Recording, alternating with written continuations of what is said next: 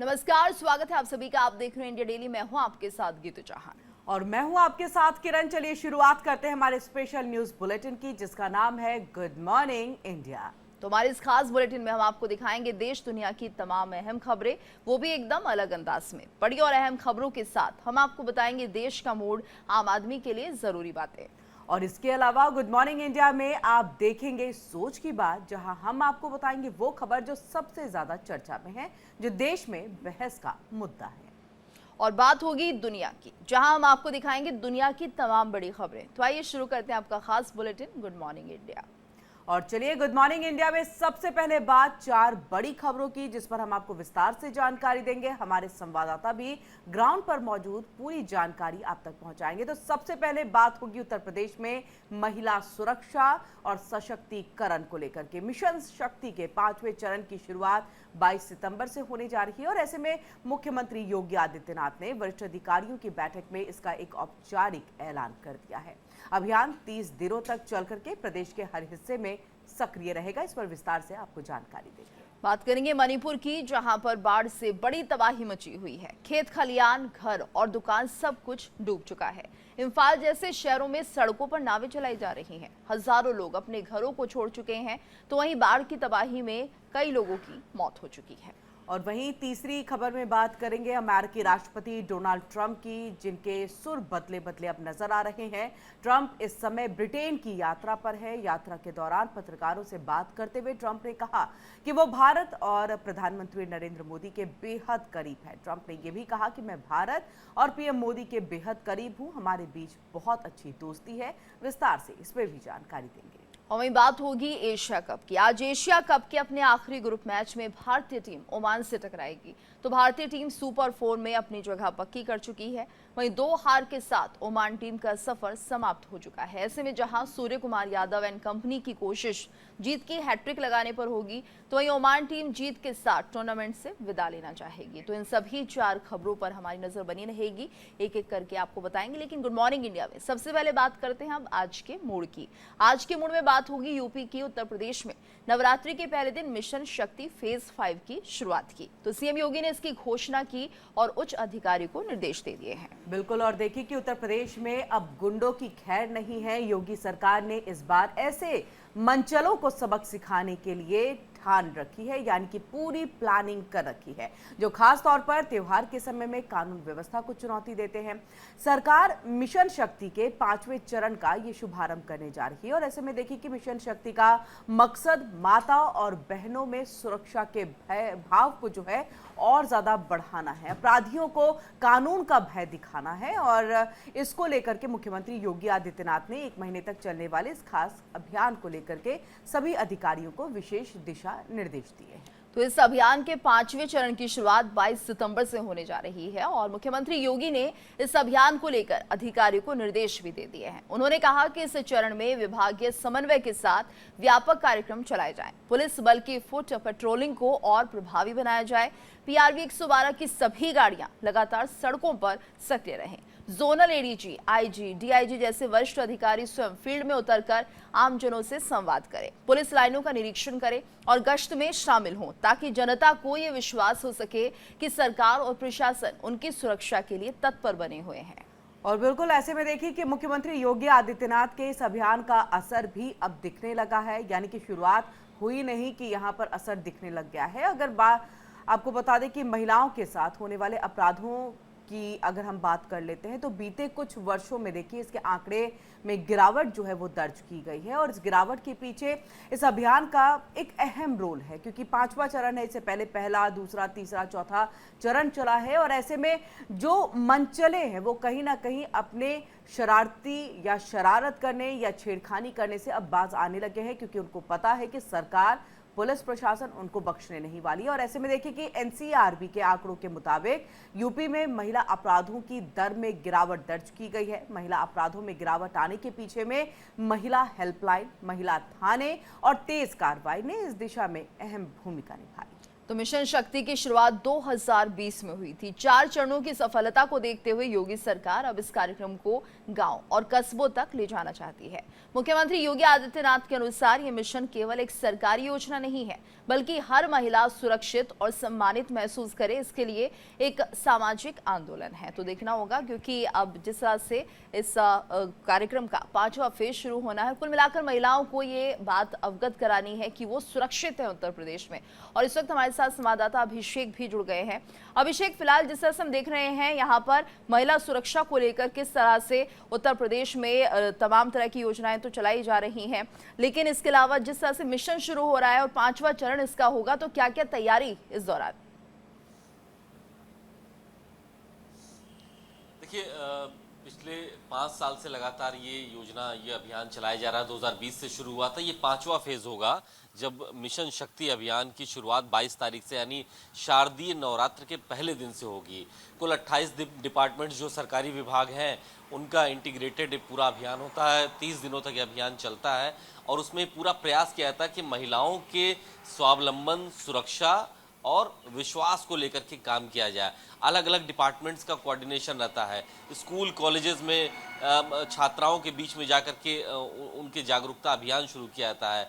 Anti Romeo squad इस दौरान बहुत काम करता है, क्योंकि तमाम जो त्योहारों का पर्व शुरू हो जाता है, बहुत सारी अप्रिय घटनाएं देखने को मिलती हैं, तो उनसे बचने के लिए ये एक तरीके का विशेष अभियान है।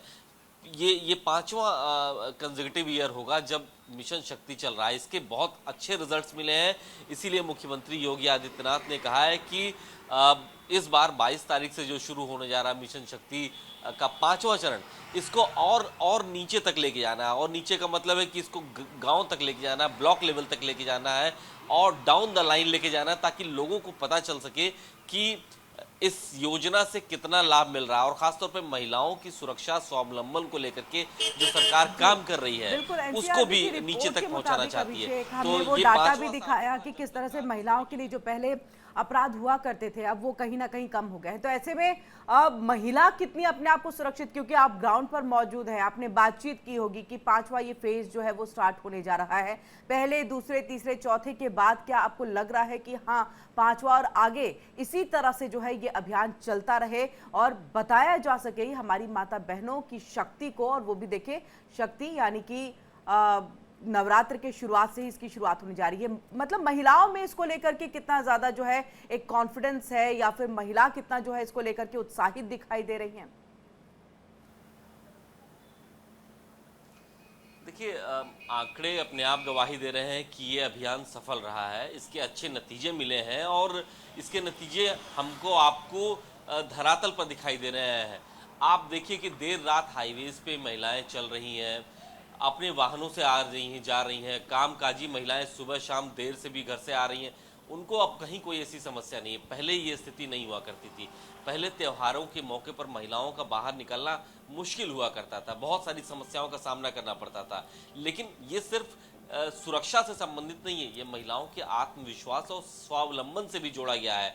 आप सोचिए कि जब 28 विभाग मिल करके काम करते हैं, तो बहुत सारे विभागों का काम यह है कि उन महिलाओं को, उन छात्रों को और ऐसी महिलाओं को रोजगार से जोड़ा जाए, उनका जो काम धंधा है उसको कैसे आगे बढ़ाया जाए। यानी बहुत सारा एक इंटीग्रेटेड डेवलपमेंट ये मिशन शक्ति है। दूसरी बात, आपने पूछा कि कितनी सुरक्षित महिलाएं महसूस करती हैं, तो हाँ, बिल्कुल ये बात सही है कि अब पहले जैसी समस्या नहीं है। वो फ्री एंड फेयर जो उनका आना जाना है, आवागमन है, कामकाज में, वर्क प्लेस पे, सड़कों पे, किसी भी तरीके से, वो अब दिखाई देता है। तो ये एक बड़ा बदलाव जरूर दिखा है पिछले 5 सालों में। बिल्कुल अभिषेक, और सबसे बड़ी बात यह है कि अब हम खुद महिलाओं को ये गुर सिखा रहे हैं कि अपनी सुरक्षा कैसे करें। बहुत ज़रूरी इसलिए भी है क्योंकि हम देखते हैं कई बार घरेलू हिंसा से भी जो महिलाएं हैं वो पीड़ित रहती हैं, और अपना बचाव करना आना ज़रूरी है। और ऐसे में जब पुलिस अधिकारी इस बात को निभाती हुई नजर आएंगी, महिला पुलिस अधिकारी कहीं ना कहीं ये गुर सिखाएंगी, तो जाहिर सी बात है कि खुद ही स्वावलंबन का जो जिस तरह से एक पाठ कह रहे हैं, वो इन महिलाओं को पढ़ाया जाएगा, बताया जाएगा, जो कि इनके भविष्य में भी कहीं भी जाएंगी तो इन्हें सुरक्षित रखेगा।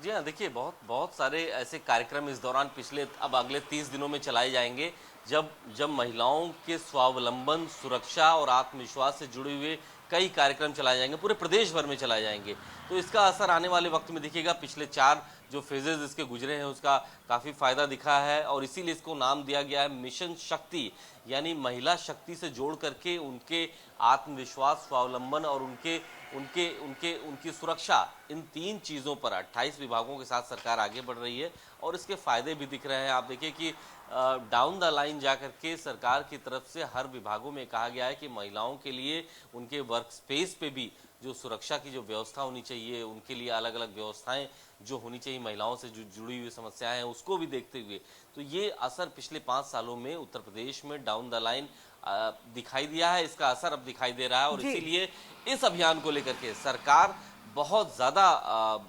अपने अभियान में गति दिखाती है। तैयारी जबरदस्त है क्योंकि शुरुआत इसकी 22 सितंबर से होनी है। निर्देश दिया गया है। जी बिल्कुल, बहुत बहुत शुक्रिया अभिषेक पूरी जानकारी हम तक यहाँ पर पहुंचाने के लिए। और इसी के साथ तैयारी है योगी सरकार की मिशन शक्ति को लेकर के, 5वां चरण है सुरक्षा से लेकर के स्वावलंबन तक में, और वहीं सशक्तिकरण को भी बढ़ावा देना है। खबरों में आगे बढ़ते हैं और बात मणिपुर की करेंगे।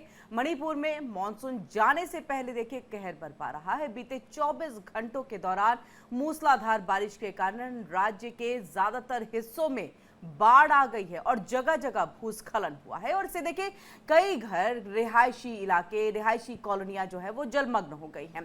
प्रमुख नदियों का जलस्तर यहां पर बढ़ गया है। लगातार बारिश के कारण देखिए इरिल और थौबल नदियां जो है उसका जलस्तर खतरनाक रूप से बढ़ा है और जिससे राजधानी इम्फाल समेत कई इलाके बाढ़ की चपेट में आ चुके हैं।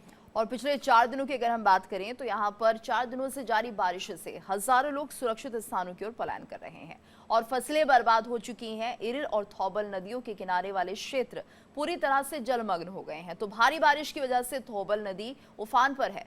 थौबल के जलभराव से राजधानी इम्फाल और थौबल जिलों में लाल लाई में टेलो चाना तक का क्षेत्र अभी भी पानी में पूरी तरह से डूबा हुआ है। तस्वीर आप देखिए किस तरह से यहाँ पर इस पूरे इलाके में पानी भर चुका है। बाढ़ और बारिश का कहर इम्फाल के लोग इस वक्त महसूस कर रहे हैं और सुरक्षित स्थानों पर जा रहे हैं।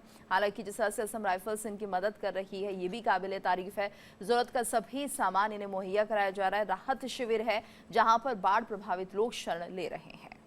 और बिल्कुल देखिए 2 तस्वीरों के माध्यम से हम आपको इम्फाल की अभी जो परिस्थिति है, जो सिचुएशन है वो दिखा रहे हैं। और एक तरफ आप देख सकते हैं कि सब कुछ जलमग्न हो चुका है और देखिए घर ये सब ऐसा लग रहा है जैसे नदी या फिर किसी डैम के पानी के बीचों बीच जो है वो बनाए गए हैं। तो वहीं दूसरी तस्वीर देखिए कि लोग अपने आप को सुरक्षित स्थानों पर ले जा रहे हैं अपनी रोजमर्रा की चीज़ों को लेकर के। और वहीं सेना के जो जवान हैं जिनको ये जिम्मेदारी सौंपी गई है, एनडीआरएफ एसडीआरएफ की जो टीमें हैं, जो बाकी रेस्क्यू टीमें हैं, वो यहाँ पर लोगों को खाना मुहैया करा रहे हैं क्योंकि घर उनका जलमग्न हो चुका है। रोजमर्रा की चीजें उनको नहीं मिल पा रही हैं लोगों को। ऐसे में खाना बना पाना या अपना पेट भर पाना जो है वो मुश्किल हो रहा है। तो इस वजह से देखिए यहाँ पर सेना के जवान, एनडीआरएफ एसडीआरएफ की टीमें इनको रोजमर्रा की चीजें मुहैया कराते हुए, जो भी आवश्यक वस्तुएं हैं वो इनको यहाँ पर देते हुए, इनके बीच में वितरित करते हुए, और देखिए लोग अपने सुरक्षित स्थानों पर अपने आप को लेकर के जा रहे हैं। और वैसे में तस्वीरें, हर सारी चीजें जो है वो यहाँ पर बयां करी है कि किस तरह से अभी मणिपुर के इम्फाल के अंदर में जो है परिस्थिति बनी हुई है और लोग जो है वो अभी शरण लिए हुए हैं। ये जो है कैंप लगाया गया है जहां पर जो भी बाढ़ प्रभावित है, जो भी बाढ़ पीड़ित लोग हैं, उनको यहाँ पर जो है लाया गया, उनको शरण दी गई है। वो यहाँ पर शरण ले रहे हैं। सरकार की तरफ से, प्रशासन की तरफ से, सेना की तरफ से तमाम सुविधाएं देने की कोशिश है। आवश्यक वस्तुओं को उन तक पहुंचाने की कोशिश हो रही है।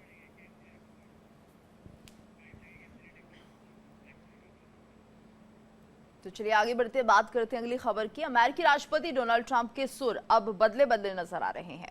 ट्रंप ने एक बार फिर मोदी और भारत की तारीफ की है। उन्होंने भारत और प्रधानमंत्री नरेंद्र मोदी के साथ अपने घनिष्ठ संबंधों को लेकर खुलकर बात की है।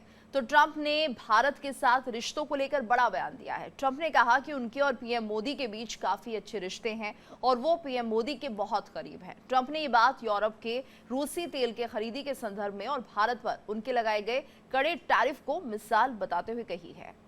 और वहीं देखिए कि ट्रंप ने प्रेस कॉन्फ्रेंस को संबोधित करते हुए कहा, मैं भारत और भारत के प्रधानमंत्री के बेहद करीब हूं। मैंने उनसे बात की, उन्हें जन्मदिन की शुभकामनाएं दी। हमारे बीच बहुत अच्छे संबंध हैं। उन्होंने एक खूबसूरत बयान भी दिया, लेकिन मैंने कहा कि मैंने उन पर प्रतिबंध लगा दिया है। अमेरिका के द्वारा भारत पर लगाए गए 50% टैरिफ के कारण दोनों देशों के बीच में व्यापार में तनाव जो है वो बढ़ गया था। हालांकि देखिए कि अब राहत की बात जो है ये सामने आ रही है कि दोनों देशों के बीच में एक बार फिर से द्विपक्षीय व्यापार वार्ता की शुरुआत हो गई है। और इस बीच में अमेरिकी राष्ट्रपति डोनाल्ड ट्रंप ने एक बार फिर से भारत और प्रधानमंत्री नरेंद्र मोदी से अपने अच्छे संबंध, अपने मजबूत रिश्ते को लेकर के बात कही।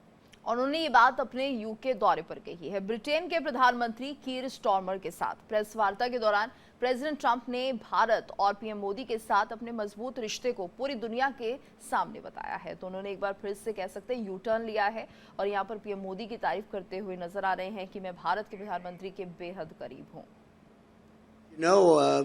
I'm very close to India. I'm very close to the Prime Minister of India. I spoke to him the other day, wished him a happy birthday. We have a very good relationship. He put out a beautiful statement too.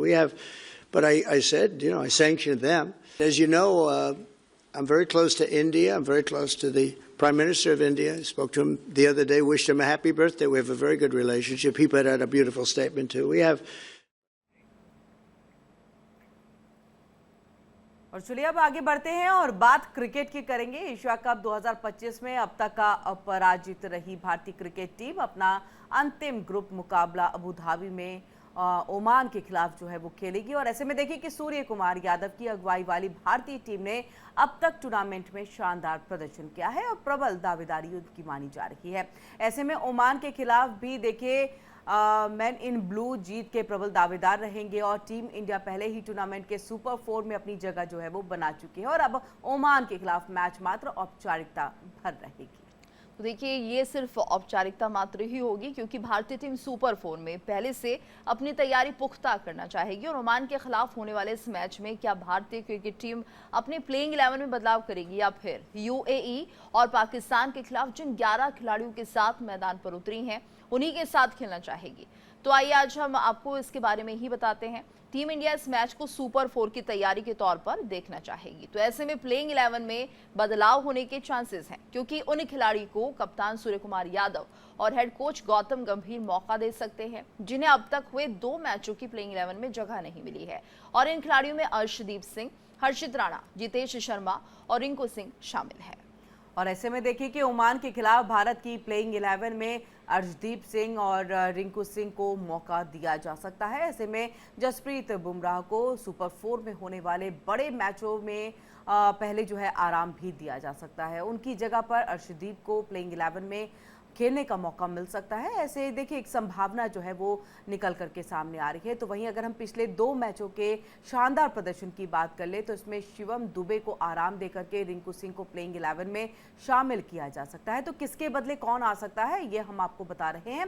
वहीं दूसरी तरफ देखिए कि Oman team अब तक tournament में संघर्ष करती हुई दिखाई दी है। उसे ओमान और ओमान दोनों से हार का जो है सामना जो है वो करना पड़ा है और इसके चलते देखिए पहले ही टूर्नामेंट से बाहर जो है ये हो चुका है। हालांकि ओमान इस मैच को एक सम्मान बचाने के तौर पर जो है वो खेलता हुआ दिखाई देगा और कड़ी टक्कर जो है एक देने की कोशिश करेगा। बिल्कुल। और भविष्य में एशिया कप में खेलने की संभावनाओं को बनाए रखने के लिए टीम का प्रदर्शन काफी अहम माना जा रहा है। यानी देखना होगा किस तरह से अब दोनों टीमें जब मैदान पर उतरती है तो क्या उनकी सोच रहेगी, क्योंकि जिस तरह से हम देख रहे हैं सुपर 4 में भारतीय टीम ने अपनी जगह बना ली है, लेकिन ओमान की सोच रहेगी कि वो विदाई ले तो जीत के साथ ले और ऐसे में ये मैच देखना बेहद दिलचस्प होगा। बिल्कुल। और ऐसे में हो सकता है कि देखिए ओमान की तरफ से कुछ बदलाव जो है उनके टीम में यानी कि प्लेइंग 11 में किया जा सकेगा और ये हो सकता है कि आज के पिच पर आज के मैदान में जो है वो देखने को मिले। लेकिन वहीं भारतीय टीम ये भी संभव है क्योंकि अगर मोटिवेशन है, क्योंकि 2 मैच ऑलरेडी जीत चुके हैं, ज़बरदस्त वो जीत हुई है, ऐसे में उसी जो प्लेइंग 11 है उनके साथ भी जा सकते हैं या फिर ये कहे कि सुपर 4 की तैयारी को लेकर के वो बदलाव जो है जिसकी जानकारी हमने आपको दी भी है कि क्या क्या बदलाव हो सकते हैं, किस प्लेयर की जगह पे कौन सा प्लेयर जो है वो आने वाले वक्त में यानी कि आज के दिन मैदान में दिख सकता है, वो हमने आपको बताया। अर्शदीप को मौका मिल सकता है।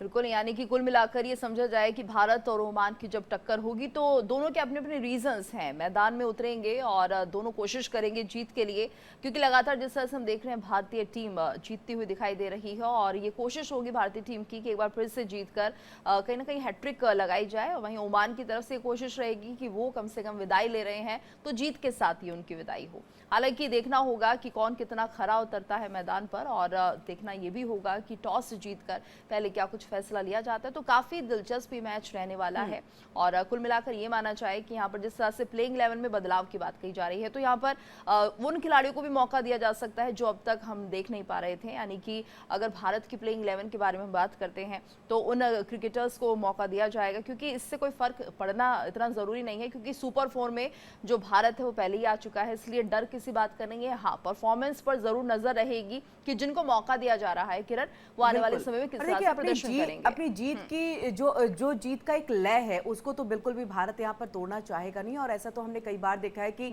अपने हर मैच को जो है वो भारत जीतता आया है। फाइनल में सबसे ज्यादा जो प्रदर्शन है कई बार ऐसा रहा कि शायद ओवर कॉन्फिडेंस की वजह से जो है उसको लूज कर गए हों, और हमने पिछला मैच देखा था वो तो जबरदस्त रहा था कि एक मैच भी जो है वो भारत हारा नहीं था। और ऐसे में अपनी जीत के इस लय को जो है बरकरार रखने की कोशिश जो है आज भी मैदान में की जाएगी। भले ही सुपर 4 में सम्मिलित जरूर हो गए हैं, भले ही सुपर सबसे ज्यादा अच्छा मुकाबला जो है वो रविवार को होगा जब पाकिस्तान के साथ सुपर 4 खेलते हुए दिखाई देंगे भारतीय टीम के बल्लेबाज और गेंदबाज भी। ऐसे में गीतू इस चीज को देखना बहुत ही दिलचस्प होने वाला है कि आज के दिन की तैयारी जो भारत की तरफ से की जा रही है, मैदान में जिस तरह का प्रदर्शन होगा वो एक झलक होगी सुपर 4 में खेलने वाली, मतलब जिस तरह से वहां प्रदर्शन, उसकी एक झलक, एक ट्रेलर कह सकते हैं, वो दिखाने की कोशिश भारतीय टीम की तरफ से की जाए। बिल्कुल, और टीम में बदलाव भी इसलिए किया जा रहा है कि कुछ ऐसा हुनर जो सामने आ जाए तो उससे पता चलेगा कि आने वाले समय में भी जो मैच रविवार को होना है उसके लिए हम क्या कुछ तय करेंगे। तो ये देखना होगा कि यहाँ पर टीम इंडिया किस तरह से बदलाव करती हुई दिखाई देगी, और ऐसे में जिस तरह से पूरी तैयारी टीम इंडिया की है, और कहा यह जा सकता है कि आप सही कह रही हैं कि इस लय को बिगाड़ना नहीं चाहेगी टीम इंडिया। दूसरा ये कि एक तरह से यहाँ पर जीत के लिए ही मैदान में हर खिलाड़ी उतरता है, तो दिलचस्प होगा इस मैच को देखना। बिल्कुल, बहुत दिलचस्प होने वाला है आज का मैच भी और रविवार का मैच भी। अब ऐसे में देखिए कि किस तरह से जो है आज का प्रदर्शन रहता है, और एक ट्रेलर है आज का मैच जो कि सुपर 4 के लिए होगा। खबरों में आगे बढ़ते हैं गीतू, और बात सोच की बात की कर लेते हैं। सोच की बात में देखिए बात करेंगे यूपी के सीतापुर की, जहां एक डॉक्टर ने महिला से छेड़खानी की। और उत्तर प्रदेश की खबर है सीतापुर जिले से। ये सनसनीखेज मामला सामने आया है। बताया जा रहा है कि एक महिला अपने बच्चे का उपचार कराने के लिए अपने पति के साथ जिला अस्पताल पहुंची थी, और इस दौरान डॉक्टर ने पीड़ित का इलाज बाद में करने की बात कही। महिला का आरोप है कि डॉक्टर ने घर बुलाकर महिला से छेड़खानी की विरोध करने पर महिला के पति की भी पिटाई की गई। वहीं पीड़िता ने मामले की शिकायत थाने में की है। पीड़िता का आरोप है कि पुलिस आरोपी के खिलाफ ठोस कार्रवाई नहीं कर रही है।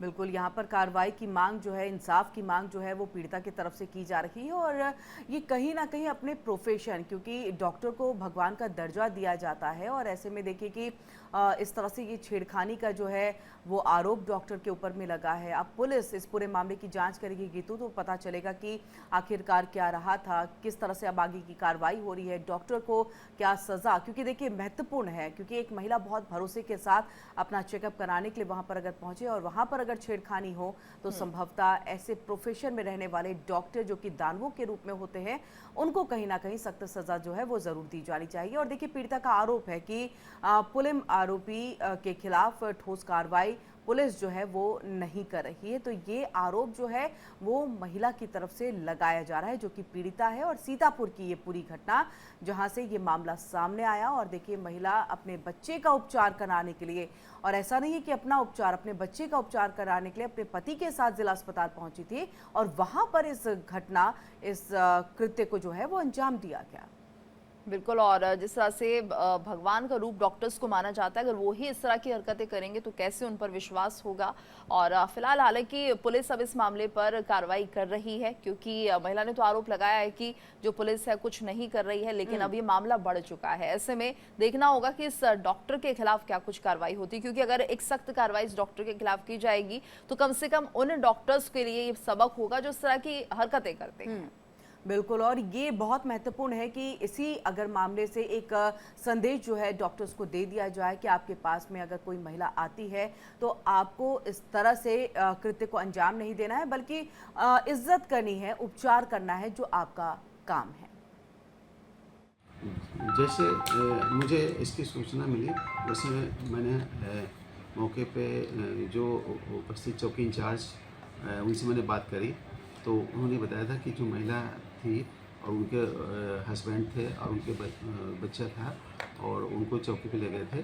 जो भी उन्होंने तहरीर दी है वो चौकी इंचार्ज पास है, और मैंने उनसे कहा कि जैसे मतलब क्योंकि हॉस्पिटल प्रांगण में इस तरह की कोई घटना नहीं होनी चाहिए, और अगर कोई इसका दोषी पाया जाता है तो उसके खिलाफ सख्त कार्रवाई होनी चाहिए। तो देखिए किरण, यहाँ पर कार्रवाई की बात कही जा रही है, बहुत अच्छी बात है कि कम से कम अगर इस खबर को हम दिखा रहे हैं और डॉक्टर के खिलाफ कंप्लेंट की गई है तो उस पर कार्रवाई होगी, और ऐसे डॉक्टर्स पर कार्रवाई होनी भी चाहिए जिन्हें लोग भगवान समझते हैं और भगवान के रूप में ये भेड़िए हैं, एक तरह से ये कहा जाए। और बिल्कुल कार्रवाई आवश्यक है, जिसकी मांग जो है पीड़िता की तरफ से भी यहाँ पर की जा रही है। और बच्चे का देखिए इलाज करने के लिए पहुंची थी, पति के साथ पहुंची हुई थी, लेकिन उसके बावजूद यहाँ पर उस डॉक्टर ने महिला के साथ छेड़खानी की है। पूरा मामला अभी जांच का विषय बना हुआ है। इसी के साथ गीतू, गुड मॉर्निंग इंडिया में आज के लिए बस इतना ही। कल फिर मिलेंगे तमाम खबरों के साथ, सोच की बात के साथ, आम आदमी के सवाल के साथ। आज के लिए इतना ही।